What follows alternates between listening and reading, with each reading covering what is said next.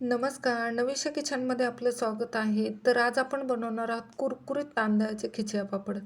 अगदी घरच्या घरी सोप्या पद्धतीने आणि कमी साहित्यात आणि स्टेप बाय स्टेप करणार आहोत. चला तर मग रेसिपीला सुरुवात करूया. तर मी अर्धा किलो तांदूळ निवडून स्वच्छ 4-5 पाण्याने पंख्याखाली सुकवून घेतले आणि नंतर दळून घेतलेला आहे. चला तर मग आता रेसिपीला सुरुवात करतोय आपण. तर आपण गॅसवर एक पातेल ठेवलेलं आहे. त्याच्यामध्ये 1 चमचा तेल टाकलेलं आहे मी. ज्या वाटीने आपण तांदळाचं पीठ मोजलेलं आहे त्याच वाटीने मी पाणी घेतले. 1 वाटी पाणी घेतलेलं आहे. आता ह्याच्यावर झाकण ठेवू आणि एक चांगली उकळी आणून देऊ त्याला. तोपर्यंत तुम्हाला साहित्य सांगते. तर मी अर्धी वाटी साबुदाणा भिजवला होता रात्री, तो साबुदाणा आणि 1 मोठा चमचा तीळ घेतलेला आहे पांढरं, मीठ घेतले चवीप्रमाणे आणि 1 मोठा चमचा पापड खार घेतलेला आहे. तुम्हाला जर जिरे वगैरे टाकायचं असेल तर टाकू शकता, मी टाकलेलं नाही. पाण्याला पण छानशी उकळी आली. आता त्याच्यामध्ये आपण साबुदाणा टाकतोय. पाण्याला पण छानशी उकळी आलेली आहे. तर साबुदाणा व्यवस्थित ढवळून घ्यायचा आहे. आता त्याच्यामध्ये आपण 1 मोठा चमचा पापड खार घेतलेला आहे, ते सुद्धा टाकतोय. चवीप्रमाणे मीठ टाकतोय आणि तीळ पण टाकायचं आहे. 1 मोठा चमचा तीळ घेतलेला आहे. आता लगेच हे पाणी आपण जे पीठ घेतलेलं आहे त्याच्यामध्ये ओतायचं आहे. व्यवस्थित चमच्याने ढवळून घ्यायचं आहे सर्व पीठ आपण आणि ताट झाकून ठेवायचं आहे. एक 10 मिनटं व्यवस्थित असं झाकून ठेवायचं. 10 मिनटानंतर झाकण काढतो आपण. आता एक कापड घेतलेलं आहे, सुती कापड आहे, ओलं करून घेतले. त्याच्यामध्ये आपण हे सर्व पीठ टाकून घ्यायचे, व्यवस्थित मळून घ्यायचे. गरम आहे पीठ, चटका बसतोय, त्यामुळे मी व्यवस्थित असं मळून घेते. सगळ्या गाठी वगैरे फोडून घ्यायच्या.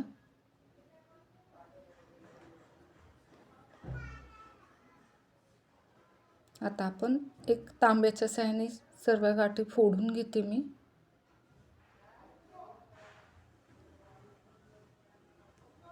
आता हे पराती कपड्यामधलं मी परातीमध्ये ओतून घेते. सर्व पीठ एकजीव करायचं आपल्याला. आता पूर्ण थंड झालेलं आहे हे पीठ.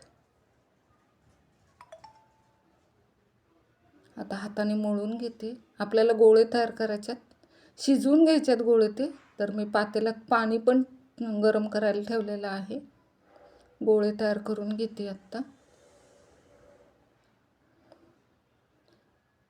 सर्व गोळे झालेले आहेत तयार करून. थोडंसं तेल हाताला लावायचं आणि सर्व गोळे असे गोळून घ्यायचे आणि पाण्यामध्ये सोडायचं आहे. पाणी पण छानसं गरम झालेलं आहे.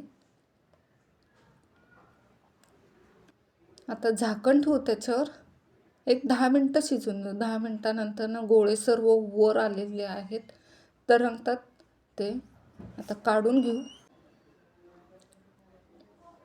हो का, सर्व गोळे काढून घेतल्यात. एक 5 मिनटं त्याला पूर्ण थंड करून घेऊ.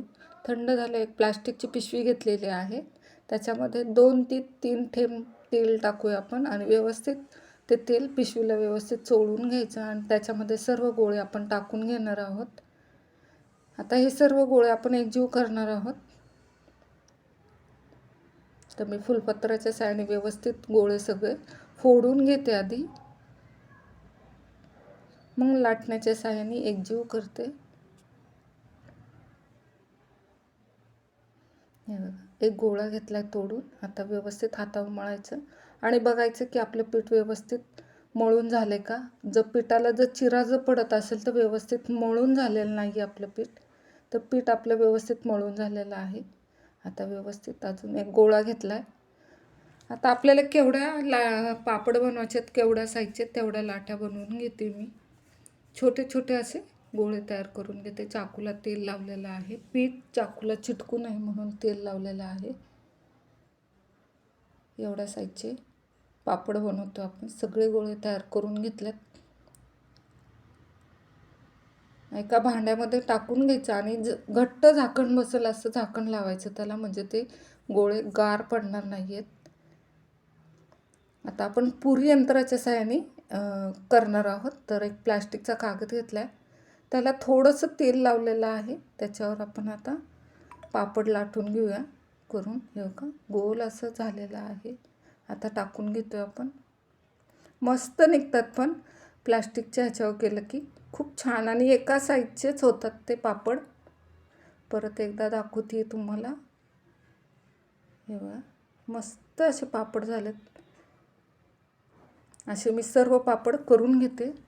सर्व पापड तयार झालेत. आता एक दिवस पंख्याच्या खाली आणि दुसऱ्या दिवशी उन्हामध्ये टाकूया आपण.